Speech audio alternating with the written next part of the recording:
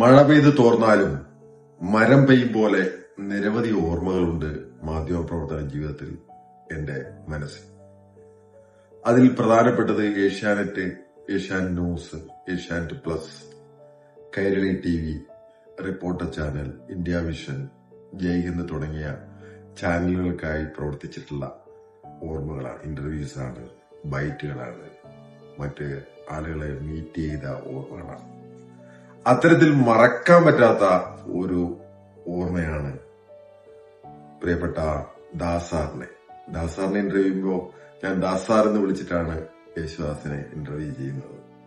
അപ്പൊ അദ്ദേഹം എന്നെ ഇന്റർവ്യൂ നിർത്തിയിട്ട് പറഞ്ഞു, എന്നെ രാജീവിന് വർഷങ്ങളായിട്ട് അറിയാലോ, എന്നെ ദാസേട്ടൻ എന്ന് വിളിച്ചാൽ മതി. പിന്നെ മുഴുനീള ഇന്റർവ്യൂവിൽ ദാസേട്ടൻ എന്ന് വിളിച്ചിട്ടാണ് ഞാൻ ഇന്റർവ്യൂ ചെയ്യുന്നത്.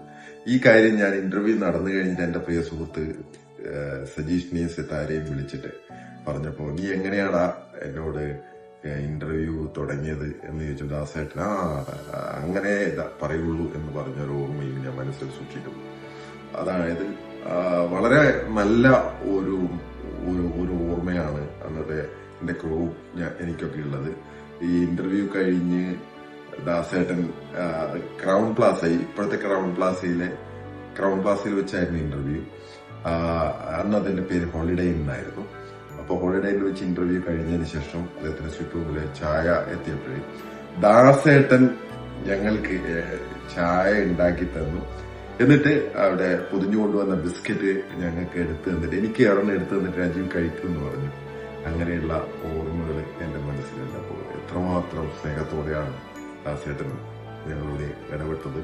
ആ ഓർമ്മകൾ ഇന്നും സൂക്ഷിച്ചുകൊണ്ട് ഈ ഇന്റർവ്യൂ നിങ്ങൾക്കായി സമർപ്പിക്കും. പത്മശ്രീ KJ യേശുദാസ് ഒരു സിനിമാ പിന്നണി ഗായകനോ ശാസ്ത്രീയ സംഗീതജ്ഞനോ മാത്രമല്ല, മലയാളിയുടെ ഗാനാസ്വാദന സംസ്കാരത്തെ രൂപപ്പെടുത്തിയ, കാലത്തെ അതിജീവിക്കുന്ന ഒരു ശബ്ദാനുഭവമാണ്. ഒരഭിമുഖം നമുക്കൊരു ഗാനത്തിലൂടെ ആരംഭിക്കാല്ലേ ദാസേട്ടാ? ഒരു പാട്ട്. ജാതിഭേദം മതദ്വേഷം ഏതുമില്ലാതെ സർവരും സോദരത്വേന വാഴുന്ന മാതൃകാ സ്ഥാനമാണിത്.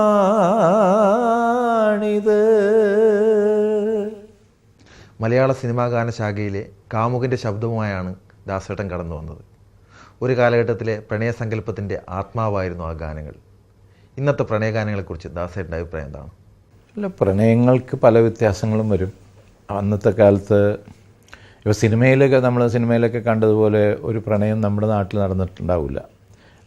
അകന്നു നിന്ന് ഒരു പെണ്ണും ഒരു ചെറുക്കനും ദൂരെ നിന്നുകൊണ്ട് പറയാവുന്നത് പറയാൻ പറ്റാതെ വെറും മൗനമായിട്ട് പ്രേമിച്ചൊരു കാലം ഉണ്ടായിരുന്നു. പിന്നെ അത് കഴിഞ്ഞ് അത് പാർക്കിലായാലും റോഡിലായാലും കുറച്ചുകൂടി ധൈര്യം വന്ന കാലമായി. പിന്നെ അത് കഴിഞ്ഞ് അപ്പോൾ അതിനനുസരിച്ച് ശരിയായിട്ടുള്ള ജീവിതത്തിൽ തന്നെ ഇത്രയും വ്യത്യാസം വരുമ്പോൾ പിന്നെ സിനിമയിൽ പലതരത്തിലുള്ള വ്യത്യാസങ്ങൾ വരാം. അപ്പോൾ അത് തെറ്റായിട്ട് എടുക്കാനൊക്കില്ല. കാരണം എന്താണെന്ന് വെച്ചാൽ ഓരോ സമയത്തിനനുസരിച്ചുള്ള വ്യത്യാസങ്ങളാണ്. ഇപ്പോൾ ഡ്രസ്സിലായാലും ആഭരണങ്ങളിലായാലും രീതികളും എല്ലാം മാറിക്കൊണ്ടിരിക്കുകയാണ്. ഭക്ഷണത്തിൻ്റെ ഇതായാലും അപ്പോൾ അതിനനുസരിച്ച് വിധത്തിൽ പോയിക്കൊണ്ടിരിക്കും. അതിനെപ്പറ്റി ഇതല്ല അതാണ് നല്ലതെന്ന് നമുക്ക് പറയാനൊക്കില്ല. ഇപ്പോൾ തങ്കത്തളികയിൽ പൊങ്കലുമായി വരും ദാസേട്ടൻ പാടിയ പാട്ട്, ഇപ്പോൾ ഏറ്റവും പുതിയതായിട്ട് വന്നിട്ടുള്ള ലജ്ജാവതി എന്നുള്ള. അതെ. അപ്പോൾ അതിൻ്റെ ഒരു ഭാവതലം വളരെ വ്യത്യാസമില്ലേ? അല്ല, അത് ഇപ്പോൾ ഉൾക്കൊള്ളുന്ന പോലെ ഇരിക്കും. നമുക്കിപ്പോൾ അങ്ങേക്കത് തോന്നി ആ സാഹിത്യത്തിനോട് സാഹിത്യബോധം അല്ലെങ്കിൽ സാഹിത്യത്തിനോടുള്ള അതിൻ്റെ അർത്ഥം ശരിയായിട്ട് മനസ്സിലാക്കാനുള്ള കഴിവോ അല്ലെങ്കിൽ അതിനുള്ള രുചി കൊണ്ടാണ് ആ ഭക്ഷണം കഴിക്കാൻ ആഗ്രഹം. അതിപ്പോൾ ഇല്ലാത്ത കുട്ടികൾക്ക്, അതുപോലെ അതിനെപ്പറ്റി രുചിച്ചിട്ട് പോലും ഇല്ലാത്തൊരു കുട്ടിക്ക് ഏതിനോട് ബന്ധപ്പെട്ടതാണോ അതാണ് ഇഷ്ടപ്പെടുക. അതിപ്പോൾ അവരെ കുറ്റം പറഞ്ഞിട്ട് കാര്യമില്ല. നമ്മൾ എക്സ് ഓർ വൈ, ഞാനൊരു ഡ്രിങ്കിൻ്റെ പേര് പറയുന്നില്ല, അതിൻ്റെ പ്രത്യേകമായിട്ടുള്ള ആഡും അഡ്വർടൈസ്മെൻറ്റും ഇതൊക്കെ കണ്ടു കഴിയുമ്പോൾ നമ്മുടെ ബുദ്ധിയിലും അല്ലെങ്കിൽ നമ്മുടെ ഓർമ്മയിലും ഇതിനെപ്പറ്റി തന്നെ നമ്മൾ വിഷ്വലൈസ് ചെയ്ത് കേട്ടതും ഒക്കെ ആയിട്ടിരിക്കുമ്പോൾ എന്നാൽ ഇതൊന്ന് കഴിച്ചു നോക്കാം എന്താണെന്ന് തോന്നും. പിന്നെ അതിൽ അഡിക്റ്റാകും. അങ്ങനെയാണ് ഇപ്പോൾ എല്ലാം നടക്കുന്നത്. ഇപ്പോൾ ഡ്രസ്സാണെങ്കിലും അതിനെപ്പറ്റിയുള്ള അപ്പോൾ ഇത് പണ്ട് കാലങ്ങളിൽ ഇതിനുള്ള അവസരങ്ങളൊക്കെ വളരെ കുറവായിരുന്നു. ഞങ്ങളൊക്കെ കേൾക്കുന്നത് മലയാള പാട്ടുകൾ പോലും അല്ലായിരുന്നു. കാരണം ഇല്ലായിരുന്നു അന്ന് കേട്ടിരുന്നത് റഫി സാഹിബിൻ്റെ, അല്ലെങ്കിൽ മന്നാദെ, അല്ലെങ്കിൽ ലതാ മങ്കേഷ്കർജി, അല്ലെങ്കിൽ മുകേഷ്, അങ്ങനെയുള്ള അന്നത്തെ ലെവലിലെ നൗഷദ് ജിയുടെയും അവരുടെയൊക്കെയാണ് നമ്മൾ കേരളത്തിൽ കേട്ടിരുന്നത്. സോറി. അപ്പോൾ അതിങ്ങനെ ആ പാരമ്പര്യം നമ്മൾ കേട്ട് പോകുന്നതിൻ്റെ അതിൽ നിന്ന് ഉത്ഭവിച്ച ചില മ്യൂസിക് ഡയറക്ടേഴ്സ് ഉണ്ടാക്കിയിട്ടുള്ള പാട്ടുകളും അതിനോടൊരു അനുകരണ രുചിയുണ്ടായിരുന്നു. കഴിഞ്ഞ് പിന്നെ അനുകരണം മാറിയപ്പോൾ, അല്ലെങ്കിൽ വേറൊന്നിന് അതിന് കൂടുതൽ പ്രചാരവും ധനപരമായിട്ടോ ഒക്കെ വരുമ്പോഴേക്കും ചില ആളുകൾക്ക് അതൊരു വ്യവസായത്തിൻ്റെ ഒരു സ്വഭാവമാണത്. ആ കാലഘട്ടത്തിലെ ഗാനങ്ങൾ ശ്രവ്യസുന്ദരങ്ങളായിരുന്നു. അത് കാൽപ്പനിക കവിതകളായിരുന്നു. അത്തരത്തിലുള്ള ഗാനങ്ങളെ ഇന്ന് ദൃശ്യവൽക്കരിക്കുന്നത് പെർഫോമിംഗ് വേസിലാണ്. അതിന് ദാസേട്ടൻ എങ്ങനെയാണ് നോക്കിക്കാണുന്നത്? അല്ല, ഇതിനകത്ത് നമുക്ക് ഇപ്പോഴത്തെ ഗാനങ്ങൾ മോശമാണെന്നോ അല്ലെങ്കിൽ പഴയ ഗാനങ്ങളാണ് ഏറ്റവും നന്നായിരുന്നതെന്ന് നമ്മൾ സങ്കല്പിക്കുന്നതിനേക്കാളും നല്ലത് ഏറ്റവും എളുപ്പമായിട്ട് നോക്കിയാൽ മതി. ഏതൊരു ഗായകനും അല്ലെങ്കിൽ ഇപ്പോഴുള്ള പുതിയ ജനറേഷന് അവരുടെ ആഗ്രഹം എന്നോട് പറഞ്ഞിട്ടുള്ളതാണ്. ഇത് ചില ചെറുപ്പക്കാരായിട്ടുള്ള പാട്ടുകാർ, ദാസേട്ടന് കിട്ടിയ ആ ഭാഗ്യം ഞങ്ങൾക്ക് കിട്ടുന്നില്ല. അപ്പോൾ ഈ കിട്ടുന്നില്ല എന്ന് പറയുന്നതിൻ്റെ അർത്ഥം എന്താ? അവർക്ക് ആഗ്രഹമുണ്ട്. അല്ലെങ്കിൽ അതിൻ്റെ ഉദ്ദേശം എന്താണെന്ന് വെച്ചാൽ ഈ കിട്ടുന്നില്ല എന്ന് പറഞ്ഞത് കമ്പോസ് ചെയ്യാൻ ആളുണ്ട്, പാട്ട് എഴുതാൻ ആളുണ്ട്. നമ്മുടെ ഇതേ നല്ല ഗാനങ്ങൾ എഴുതിയ വയലാർ രാമവർമ്മ ഇല്ലായിരിക്കാം, പക്ഷേ ശ്രീകുമാരൻ തമ്പിയുണ്ട്, ONV സാറുണ്ട്,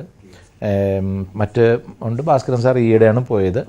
പക്ഷെ അതിനിടയ്ക്ക് പിന്നെ ദാമോദരനും ഒക്കെ നല്ല ഗാനങ്ങൾ എഴുതിയിട്ടുണ്ട്.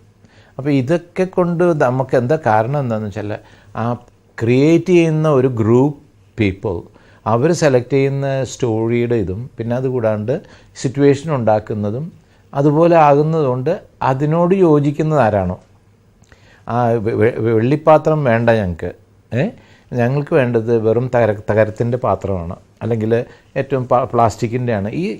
ഞങ്ങൾ അങ്ങനത്തെ ഒരു സിറ്റുവേഷനിലാണെന്ന് പറയുമ്പോൾ, അല്ല വെള്ളിപ്പാത്രമേ ഞാൻ ഉണ്ടാക്കുകയുള്ളൂ എന്ന് പറയുന്ന ഒരാളുടെ അടുത്ത് നിന്ന് വാങ്ങിക്കില്ല. മനസ്സിലായില്ലേ? അപ്പോൾ അതാണ് ഇവിടെ നടക്കുന്നത്.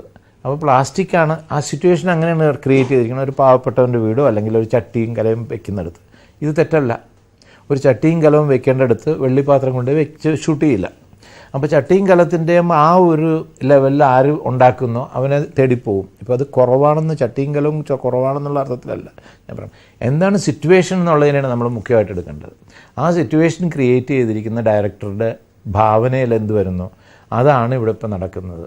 അപ്പോൾ അദ്ദേഹത്തിൻ്റെ ഭാവനയിൽ ഇപ്പോൾ മ്യൂസിക് ഡയറക്ടേഴ്സ് തന്നെ, പണ്ട് ദേവരാജൻ മാഷ് നമുക്കൊരിക്കലും കേരളത്തിൽ നിന്ന് ചിന്തിക്കാൻ പോലും പറ്റില്ല, മാറ്റി നിർത്തി ചിന്തിക്കാൻ പറ്റില്ല. ദേവരാജൻ മാഷ് ചെയ്തത് തെറ്റാണെന്നോ അല്ലെങ്കിൽ ദേവരാജൻ മാഷ് കൊടുത്തിരിക്കുന്നതിൽ പാകപ്പിഴകളുണ്ടെന്ന് ആരെങ്കിലും ഒന്ന് ശ്വാസിച്ചാൽ പോലും അത് പിന്നെ അതിനെപ്പറ്റി ചിന്തിക്കേണ്ട നമ്മൾ. അപ്പോൾ അദ്ദേഹം എങ്ങനെ ചെയ്തിരുന്നത്?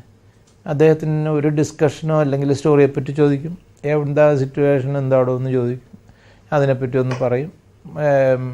മ്യൂസിക് ഡയറക്ടറോ പാട്ട് എഴുതുന്ന ആളുമായിട്ട് അല്പം നേരം ഒക്കെ പറയും. അതിന് ശേഷം അദ്ദേഹം ഇരുന്ന് ഉണ്ടാക്കുന്ന പാട്ടുകൾ ഒരു ഡയറക്ടറെയോ അല്ലെങ്കിൽ അസിസ്റ്റൻറ്റ് ഡയറക്ടറെയോ അല്ലെങ്കിൽ മറ്റുള്ള ഒരാളെ കേൾപ്പിച്ചിട്ടല്ല അദ്ദേഹം ഉണ്ടാക്കുന്നത്. ഉണ്ടാക്കി കഴിഞ്ഞ് അത് അവിടെ റെക്കോർഡിങ്ങിന് വന്ന് കേട്ടാൽ മതി എന്ന് പറയുള്ളൂ.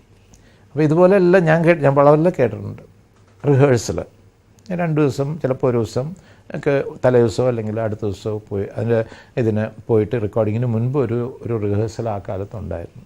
അപ്പോൾ ഞങ്ങൾക്ക് തന്നെ ഇത് പാട്ടൊന്ന് ഊറുകയാണ് നമുക്ക് നമ്മുടെ ശരീരത്തിൽ, നാളെ അല്ലെങ്കിൽ മറ്റന്നാൾ ഇത് പാടുകയാണ് എന്നുള്ള ഒരു ബോധം.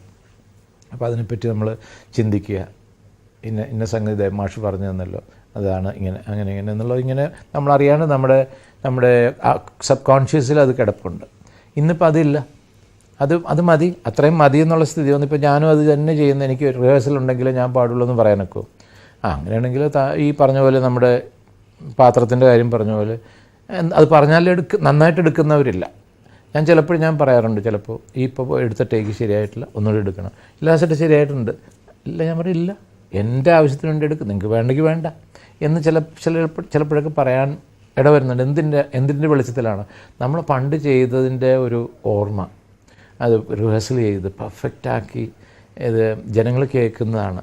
അപ്പോൾ ഇന്നിപ്പോൾ അങ്ങനെയല്ല. കുട്ടികൾ ചിലതൊക്കെ പറയുന്നത് എന്താണെന്ന് വെച്ചാൽ ശ്രുതി കുറച്ചൊരു ചിലയിടത്തൊക്കെ ഒന്ന് പോയാൽ ഇന്ന് technically they can rectify the equipment ഉണ്ടെന്നാണ് പറയുന്നത്. അപ്പോൾ ഒരു മനുഷ്യൻ്റെ കഴിവ് എന്താണ് പിന്നെ? അപ്പോൾ ശ്രുതിയിൽ ചേർന്ന് പാടുക എന്ന് പറയുന്നത്, ശ്രുതിയിൽ ചേർന്ന് പാടുന്ന ഒരു ഗായകനായിരിക്കണം ഒരു ഗായകൻ. പിന്നെ ശബ്ദശുദ്ധി ഉണ്ടായിരിക്കണം, അതുണ്ടാകണം. പിന്നെ ഭാവത്തോടുകൂടി ഉണ്ടായിരിക്കണം. ഇതൊക്കെ കൂടി തികഞ്ഞ് വന്ന ഒരു കാലം ഉണ്ടായിരുന്നു അന്ന്. ഇപ്പോൾ ദേവരായ മാഷിൻ്റെ അടുത്ത് ആരെങ്കിലും ചെന്നിട്ടുണ്ടെങ്കിൽ വളരെ സർക്കാസ്റ്റിക്കായിട്ട് പറഞ്ഞിട്ടുണ്ട്. അതും കുറച്ച് വേദന ഉണ്ടാക്കിയിട്ടുള്ള കാര്യങ്ങളായിരിക്കാം. അതെ, മറ്റുള്ള ഗായകർ പല വിവരമല്ല, പുതുതായിട്ട് പാടാൻ ചെന്ന ആളുകൾ പറയും ഞാൻ ദാസേട്ടനെ പോലെ പാടുമെന്ന് പറഞ്ഞാൽ അപ്പോഴത്തന്നെ ഒരു അയാൾ ചത്തോന്ന് ചോദിക്കും. അങ്ങനെ തന്നെ ചോദിക്കും അദ്ദേഹം. അല്ല, എന്തിനാന്ന് പറഞ്ഞാൽ പറയുന്നതിൻ്റെ അർത്ഥം മനസ്സിലാകാത്തതുകൊണ്ടാണ് ഈ ദുഃഖം വരുന്നത്. ഒരാൾ അങ്ങനെ പാടുന്നുണ്ട്, അതിന് നിങ്ങൾക്ക് എന്താ എന്നുള്ളതാണ് പറയണത്. നിങ്ങൾ നിങ്ങളുടേതായ ഒരു രീതി ഉണ്ടാക്കിയെടുക്കുക എന്നുള്ളതാണ് പറയണത്. പല യുവ ഗായകന്മാർ സ്റ്റേജിൽ പാട്ട് പാടുമ്പോൾ പെർഫോം ചെയ്താണ് പാട്ട് പാടുന്നത്. ദാസേട്ടനെ പോലെയുള്ള പഴയ തലമുറയിലെ അധിക ഗായകന്മാരും അത്തരത്തിലല്ല. എന്താണ് ഇത് തമ്മിലുള്ള വ്യത്യാസം? കൂടുതൽ ഞങ്ങളുടെ ഇതനുസരിച്ചിട്ട് പറയുകയാണെങ്കിൽ എനിക്ക് തോന്നുന്നത് പെർഫെക്റ്റ്, അതായത് ഇപ്പം നിങ്ങളെ തന്നെ ഞാനിങ്ങനെ കുലുക്കിയാൽ ഇങ്ങനെ ഒരു എന്ന് പറഞ്ഞുകൊണ്ടിരിക്കുന്നത്, that is it should be straight ലൈനായിട്ട് പോകണമെന്ന് നമ്മൾ ആഗ്രഹിക്കുമ്പോൾ നിങ്ങളെ ഞാനിങ്ങനെ ഒന്ന് ഇളക്കിയാൽ you can do it. That means നിങ്ങളുടെ ശരീരം കൂടുതൽ ഇളകുമ്പോൾ ശരീരം കൂടുതൽ ഇളകും. ശരീരം ഇളകേണ്ടതിനേക്കാൾ ഉപരിയായിട്ട് അങ്ങനെ വേണ്ടാത്ത തരത്തിലോ ഇളക്കം വരും. ആ ഇളക്കം വരുന്നത് ചിലപ്പോൾ അത് ദോഷം ചെയ്തെന്ന് വരും. അപ്പം നിലനിൽക്കാതെ നിശ്ചലമായിട്ട് നമ്മൾ ചേർന്ന് ലയിച്ചു പോകേണ്ടതിന് ലയത്തിന് വ്യത്യാസം വരും. മറ്റൊരു കമ്പാരിറ്റീവ് ഇത് സ്റ്റഡി ചെയ്യുമ്പോഴാണ് അത് വരുന്നത്. വേറൊരു ഇൻസ്ട്രുമെൻറ്റുമായിട്ട് ലയിക്കുമ്പോഴാണ് ഈ ലയം എന്ന് പറയുന്നത്. അതിൻ്റെ നോട്ടുമായിട്ട് താൻ കൊടുക്കുന്ന നോട്ടിന് ലയം വരുമ്പോഴാണ് ഈ ലയം എന്ന് പറയുന്നത്. അല്ലെങ്കിൽ ഒറ്റയ്ക്കാണെങ്കിൽ ഇപ്പോൾ അങ്ങോട്ടും ഇങ്ങോട്ടും പോയാൽ ആരും അറിയാൻ പോകുന്നില്ല. അപ്പോൾ ഒരാൾ വേറൊരു ഇൻസ്ട്രുമെൻറ്റും കൂടി വായിക്കുന്നുണ്ട്, അയാൾ ശുദ്ധമായിട്ട് വായിക്കുമ്പോൾ താൻ അല്പം ഒന്ന് ഫ്ലാറ്റാകുകയോ ഷാർപ്പാകുകയോ ചെയ്താൽ അത് ലയം എന്നല്ല പറയണത്. രണ്ടുപേരും രണ്ടായിട്ടാണ് പോണേ. ഇതൊക്കെ നമ്മൾ വളരെ സൂക്ഷിക്കണം. ഇതിന് വേണ്ടിയിട്ട് ഞാൻ ഇപ്പോൾ ചെയ്തതിനെ പറ്റി പറയല്ല, ഇത് ശീലിക്കാൻ ആഗ്രഹിക്കുന്നവർ ചെയ്ത് നോക്കട്ടെ, എനിക്കറിയില്ല. ഞാനൊരു കോർഗിൻ്റെ ഒരു ട്യൂണറുണ്ട്. അതെന്തിനാ കോർഗ് എന്ന് പറയണമെന്ന് വെച്ചാൽ അത് പിയാനോ ട്യൂണറാണ്. അവർ മാത്രമേ അത് ഇറക്കിയിട്ടുള്ളൂ. പിയാനോ ട്യൂൺ ചെയ്യാൻ വേണ്ടി വാങ്ങിച്ചതാണ്. അപ്പോൾ ഈ ഒരു നോട്ട് നമ്മൾ അതിലിങ്ങനെ അടിച്ചാൽ അടിച്ചാൽ അത് കറക്റ്റായിട്ട് ആ സീറോയിൽ, അല്ലെങ്കിൽ that means it is flat, it is sharp. അത് ശരിക്കും ഇൻസ്ട്രുമെൻറ്റിൽ പറ്റും. ഒരു ഹ്യൂമനിൽ വളരെ വിഷമമാണ് ആ സീറോയിൽ കൊണ്ടുവരാൻ. അവിടെ കിടന്നുകൊണ്ട് ഇങ്ങനെ ശകലം ഇങ്ങനെ വരും. That is human. എത്ര എഫർട്ട് ചെയ്താലും ആ സീറോയിൽ ഇങ്ങനെ വന്ന് നേരെ നിൽക്കില്ല ആ സൂചി. അത് ആര് തന്നെ ശ്രമിച്ചോട്ടെ. പക്ഷേ അതിൻ്റെ ആ ഓറ എന്ന് പറയും, അതിൻ്റെ ഒരു ചന്ദ്രൻ്റെ അകത്തോട്ട് ആകർഷണ വലയമുണ്ട്. ആ ആകർഷണ വലയത്തിലേക്ക് പെട്ടാൽ അതിൻ്റെ ആകർഷണ വലയത്തിനൊരു ചെറിയ അതിരുണ്ട്. അതിൻ്റെ അകത്ത് പെട്ടാൽ ഇറ്റ് വിൽ ബി, ആ ലയത്തിന് സമയം വരും. ഇതിന് വേണ്ടിയിട്ട് ഞാൻ എത്ര കാലം ഞാൻ പ്രാക്ടീസ് ചെയ്തിട്ടുണ്ടെന്നറിയാം. SMS വഴി കുട്ടികളുടെ കഴിവ് നിർണ്ണയിക്കുന്ന റിയാലിറ്റി ഷോകൾ പല ചാനലുകളിലും വരുന്നുണ്ട്. ഇതിനെ ദാസേട്ടൻ എങ്ങനെയാണ് നോക്കിക്കാണുന്നത്? അല്ല, എൻ്റെ അഭിപ്രായം എന്ന് പറയുന്നത് പൂർണ്ണമായിട്ടുള്ള അഭിപ്രായം കൊണ്ട് ചിലപ്പോൾ തെറ്റായി ധരിക്കുന്നവരുണ്ടാവാം. ഇത് ദോഷമാണോ എന്ന് ചോദിച്ചിട്ടുണ്ടെങ്കിൽ വിധി നിർണ്ണയിക്കേണ്ടത് അവിടെ ഇരിക്കുന്ന ജഡ്ജസ്. ഇപ്പം ഞങ്ങളുടെയൊക്കെ കാലത്ത് ഈ മ്യൂസിക് അക്കാഡമിയിൽ പഠിച്ചുകൊണ്ടിരിക്കുന്ന കാലത്ത് പോലും കോമ്പറ്റീഷനൊന്നും അയക്കാറേ ഇല്ല. വളരെ സ്ട്രിക്റ്റ് ആയിരുന്നു ഫാദറും അതുപോലെ തന്നെ. പിന്നെ വളരെ റെയറായിട്ടുള്ള സ്ഥലത്ത് പറയുന്നത് എന്താണെന്ന് വെച്ചാൽ നമുക്കൊരു പ്രൈസിന് വേണ്ടിയുള്ള ഉദ്ദേശമല്ല, പ്രൈസല്ല ആവശ്യം, അറിവാണ് കൂടുതൽ ആവശ്യം. ആ അറിവാണ് നമ്മുടെ പ്രൈസ്. അത് അറിയുക എന്നുള്ളത് ജ്ഞാനം വർദ്ധിപ്പിക്കുമ്പോഴേ അറിവ് വരുള്ളൂ.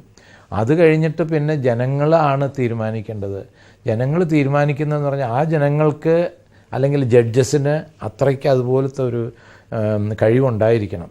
പിന്നെ ഇത് ലോട്ട് ഓഫ് കമ്പൽഷൻ. അതുകൊണ്ട് പല വിധത്തിലും അഡ്ജസ്റ്റ് ചെയ്തിട്ട് ഒരു നല്ല പാടിയൊരു കുട്ടിയെ തന്നെ ഇല്ലാണ്ടാക്കാൻ പറ്റും ജഡ്ജസിന്. ആത്മാർത്ഥതയില്ലാത്ത, സത്യമില്ലാത്ത, ധർമ്മമില്ലാത്ത, അതല്ല മുഖം നോക്കാതെ തൻ്റെ പുത്രനെ ആയാലും ശരി തെറ്റ് പറ്റിയിട്ടുണ്ടെങ്കിൽ ഞാനതിനൊരു ഉദാഹരണം പറയാം. സുജാത ഇന്ന് വളരെ ഫേമസ് സിംഗറാണല്ലേ. സുജാതയും അന്ന് എറണാകുളത്ത് വേറൊരു കുട്ടി ഈക്വലായിട്ട് രണ്ടുപേരും പാടുന്ന കൊച്ചുകുട്ടികളുടെ ജഡ്ജ്മെൻറ്റ് നടക്കുക. അതിന് ഞാനാണ് ജഡ്ജായിട്ടിരുന്നത്. സുജാത പാടിയതും ആ കുട്ടി പാടിയതും വെച്ച് നോക്കുമ്പോൾ രണ്ടും തുല്യമായിട്ട് ഏകദേശം വന്നു.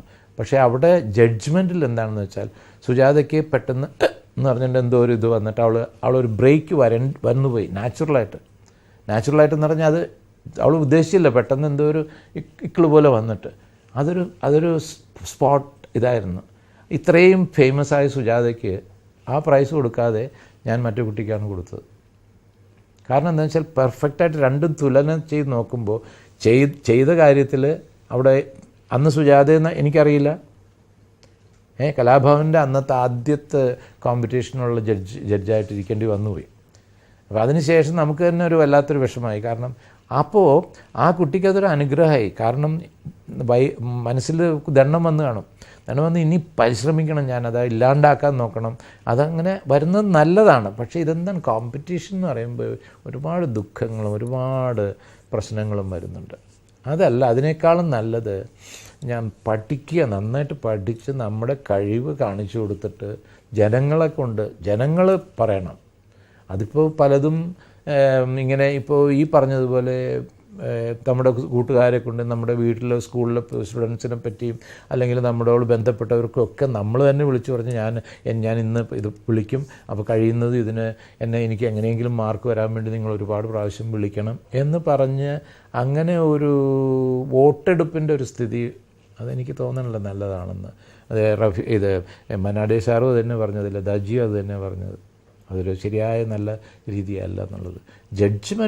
ജഡ്ജ് ചെയ്യുന്ന തന്നെ കുട്ടികളെ കോമ്പറ്റ് ചെയ്യിപ്പിക്കുക എന്നുള്ളത് തന്നെ എനിക്ക് അത്ര വലിയ ഇതില്ല. ഞാനിത് ഗന്ധർവസന്ധ്യ തുടങ്ങിയത് തന്നെ അറിവിന് വേണ്ടിയിട്ടാണ്. അപ്പോഴും ഞാൻ അവരോട് എപ്പോഴും പറയും, നിങ്ങൾ ഈ ദാസേട്ടനെ ഓർക്കണം. ദാസേട്ടൻ ഒരുപാട് സ്ഥലത്ത് പോയിട്ടുള്ള സ്ഥലങ്ങളിലൊക്കെ കിട്ടാതെ വന്നിട്ട് പിന്നെ അത് നിർത്തിയവനാണ്. അപ്പം അതുകൊണ്ട് നമ്മൾ ശ്രമിക്കുക, ദുഃഖം വരരുത്, ഇതുകൊണ്ട് ദുഃഖം വരരുത്. നിങ്ങളെല്ലാവരും നന്നായിട്ട് പാടി, ഇപ്പോൾ കിട്ടിയില്ലെങ്കിൽ അതിന് ദുഃഖിക്കാം. കാരണം എനിക്കത് പറയാതിരിക്കാൻ നിവൃത്തിയില്ല. ഇത് നല്ലതെന്നുള്ള സദുദ്ദേശത്തോടെയാണ് നമ്മളിത് തുടങ്ങിയത്. ആദ്യം തുടങ്ങിയതും കരളിയാണ്. അത് എത്ര നന്നായിട്ട് പോയിക്കൊണ്ടിരുന്നു. ഇന്നും കുട്ടികളെ കൂടുതലിട്ടുണ്ട് ചവിട്ടി തേക്കരുതെന്ന് ഞാൻ പറയാറുണ്ട്. ഇപ്പൊ ഇത്രയും ജീവിതാനുഭവങ്ങളുള്ള ഒരു വ്യക്തി എന്ന രീതിയിൽ ഇപ്പോൾ ഈ റിയാലിറ്റി ഷോകളിൽ നിന്ന് പുറത്തേക്ക് പോകുന്ന കുട്ടികളുണ്ടല്ലോ, അതെ, എനിക്ക് വലിയ ദുഃഖമുണ്ട്. കാരണം അവരിങ്ങനെയല്ല പോകേണ്ടത്. ഇപ്പോൾ വേറൊന്നുണ്ട്. ഇപ്പം ഞാനിപ്പോൾ ഇതായിട്ട് പറയുന്നതല്ല, പറയാൻ പാടില്ല. ഞാൻ എൻ്റെ മനസ്സിലുള്ളത് ഞാൻ പറയരുതെന്ന് വിചാരിച്ചുകൊണ്ടിരിക്കുന്നതാണ്. പക്ഷേ എനിക്കൊരു വലിയൊരു ആഗ്രഹമുണ്ട്. ഒരു അടുത്ത അവരുടെ കുട്ടികളുടെ ഈ ഇത് വരുമല്ലോ, അത് സ്കൂൾ അവധിക്ക് ഞാൻ ഐ എം ഗോയിങ് ടു ഇപ്പോൾ ഇത് നല്ലൊരു അവസരമാണ് എനിക്കതൊരു പബ്ലിഷ് ചെയ്യാൻ വേണ്ടിയിട്ട്. നിങ്ങൾക്ക് ആദ്യമായിട്ട് അതൊരു മനസ്സിൽ പറയണം, ഒന്നിച്ചിരുന്ന് പറയണം, വേറെ ആരെങ്കിലുമൊക്കെ അറിയണമെന്ന് വിചാരിച്ചു. പക്ഷേ എൻ്റെ ഉദ്ദേശം എങ്ങനെയാണെന്ന് വെച്ചാൽ ഒരു വർക്ക്ഷോപ്പ് ഞാൻ ആ കുട്ടികൾക്ക് നേരത്തെ തന്നെ അവർക്ക് ആദ്യത്തെ പാഠം ഞാൻ തന്നെ പാടി അയച്ചു കൊടുത്തിട്ട് അവരെ കൊണ്ടൊക്കുന്നത് പോലെ അതിൻ്റെ ചെറിയ ഭാഗങ്ങൾ പാടി എനിക്ക് അയച്ചു തരണം. അതിൽ നിന്ന് ഞാൻ പ്യുവറായിട്ടുള്ള കുട്ടികളെ ഞാൻ സെലക്ട് ചെയ്തിട്ട് അവർക്ക് ഒരാഴ്ച കൊണ്ട് ഇത് പഠിപ്പിക്കാൻ ഒക്കില്ലെങ്കിലും ഒരു തുടക്കം പോലെ ഈ വെക്കേഷണൽ സ്റ്റഡീസ് അത് പൂർണ്ണമായിട്ട് അവിടെ തന്നെ ഇരിക്കണം. അത് ചിലപ്പം മാതാപിതാക്കന്മാരും കൂടെ വന്ന് താമസിക്കേണ്ടി വരും. അതിനുള്ള ആളുകൾ ചിലവർ അതിനുവേണ്ടി ഇത് ചെയ്യും. അത് റെക്കോർഡ് ചെയ്യാനോ അല്ലെങ്കിൽ ടി വിയിലൊന്നും വരില്ല. I am not agreeing for that. ഒരിക്കലും വരത്തില്ല. കാരണം ഇത് കുട്ടികളുടെ ആവശ്യത്തിന് വേണ്ടിയാണ്, അവരുടെ പഠിപ്പിന് വേണ്ടിയുള്ളതാണ്. അപ്പം അതൊരു അഡ്വർടൈസ്മെൻറ്റോ ഒന്നുമല്ല. അപ്പോൾ എനിക്ക് ചെയ്യണമെന്ന് വലിയ ആഗ്രഹമുണ്ട്. അപ്പോൾ അവിടെ ജെനുവിനായിട്ടുള്ളതിൽ ഇപ്പോൾ ആരെയും രണ്ടുപേരുടെ അഭിപ്രായമോ എനിക്ക് തോന്നണം അത് ഇവൻ നന്നായിട്ട് പാടും. എൻ്റെ മക്കളിൽ തന്നെ 3 പേരിൽ ഒരാളെ മാത്രമേ, എൻ്റെ ഫാദറും അത് തന്നെ, 5 പേരും ഇന്ന് ഈ പാടുന്ന കുട്ടികളെ പോലെയൊക്കെ എൻ്റെ അനിയത്തിയൊക്കെ പാടാനൊക്കെ ശ്രമിച്ചിരുന്നെങ്കിൽ. പക്ഷേ നിങ്ങളൊന്നും പഠിക്കണ്ട, അവൻ മാത്രം പഠിച്ചാൽ മതി എന്ന് പറയാനുള്ള നട്ടലുണ്ടായിരുന്നു അദ്ദേഹത്തിന്. ഇപ്പം ഞാൻ പറയുന്നത് മനസ്സിലായല്ലോ, ആ നട്ടലെന്ന് പറഞ്ഞതിനൊരു ഇതുണ്ട്. അതുകൊണ്ട് ഞാൻ അഭിമാനിക്കുകയല്ല, എന്നെ മാത്രമല്ല സെലക്ട് ചെയ്തത്, അതല്ല. നോക്കണം കുട്ടികളുടെ മക്കൾക്ക്, ഞാൻ എപ്പോഴും പറയുന്ന കാര്യം, മക്കൾക്ക് എന്താണ് അവരുടെ അഭിരുചി, ആ അഭിരുചിക്ക് അനുസരിച്ച വിധത്തിൽ നമ്മൾ വിദ്യാഭ്യാസവും ചെയ്ത് കൊടുപ്പിക്കുകയാണെങ്കിൽ തങ്കം പോലെ അവർ ഷൈൻ ചെയ്യും, അല്ലെങ്കിൽ ഡയമണ്ട് പോലെ അവർ ഷൈൻ ചെയ്യും. ആരും ഇതില്ലാതെ വരുമ്പോഴാണ് ഫ്രസ്ട്രേഷൻസും അതും ഇതുമൊക്കെ വന്ന് എനിക്കൊന്നും ആകാനത്തില്ല. പിന്നെ ഒന്ന് എനിക്ക് ഈ യങ്ങർ ജനറേഷനോട് പറയാം, നിങ്ങൾ ഒരിക്കലും നിങ്ങളുടെ അന്വേഷിക്കുക, നിങ്ങളുടെ ഉള്ളിലോട്ട് നിങ്ങൾ ഇരുന്ന് നോക്കുക, ഞാൻ എന്തിനാണ് ഇവിടെ വന്നേ, ഞാൻ എന്താവണം. നിങ്ങൾ രജനികാന്തിനെയോ കമലഹാസനെയോ നസീർ സാറിനെയോ അല്ലെങ്കിൽ മമ്മൂട്ടിയോ അല്ല കണ്ട് രസിച്ചോളൂ, അത് വേറെ കാര്യം, കേട്ട് രസിച്ചോളൂ, അത് വേറെ കാര്യം. പക്ഷെ നിങ്ങൾ ആകാൻ ശ്രമിക്കരുത്. നിങ്ങൾക്കൊരു ഇൻഡിവിജ്വാലിറ്റി ഉണ്ട്, അത് നിങ്ങൾ ഉൾക്കൊണ്ട് കഴിഞ്ഞാൽ തീർച്ചയായിട്ടും നിങ്ങൾ വിജയിക്കും, അല്ലെങ്കിൽ നിങ്ങൾ ആരും അല്ലാണ്ടായിപ്പോൾ. എനിക്കിഷ്ടപ്പെട്ട 1000 പാദസരങ്ങൾ കിലുങ്ങി എന്ന ഗാനം ഒന്ന് ആലപിക്കാമോ? 1000 പാദസരങ്ങൾ കിലുങ്ങി ആലുവാപ്പുഴ പിന്നെയുമൊഴുകി, ആരും കാണാതെ ഓളവും തീരവും ആലിംഗനങ്ങളിൽ മുഴുകി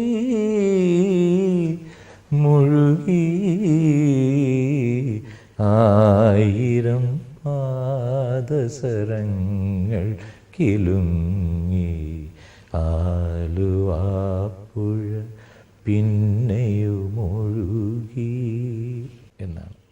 അത് ഒരുപാട് പേര് കേട്ട് ആസ്വദിച്ചാണ്. അപ്പം അതിന് ഒരു ചെറിയ അക്ഷരം മാറ്റേണ്ടിയിരിക്കണു എന്ന് പറയുമ്പോൾ വയലാറിൻ്റെ അക്ഷരം മാറ്റുമോ എന്ന് ചോദിച്ചേക്കാം. അല്ല, ഇപ്പോഴത്തെ നിലവാരത്തിന് അവിടുത്തെ കമ്പനികൾ നമ്മുടെ സുന്ദരിയായ ആലുവ പുഴയെ നശിപ്പിച്ചതിന് 1000 പാദസരങ്ങൾ കിലുങ്ങി ആലുവാപ്പുഴ പിന്നെയുമൊഴുകുമോ എന്ന് മാത്രമേ.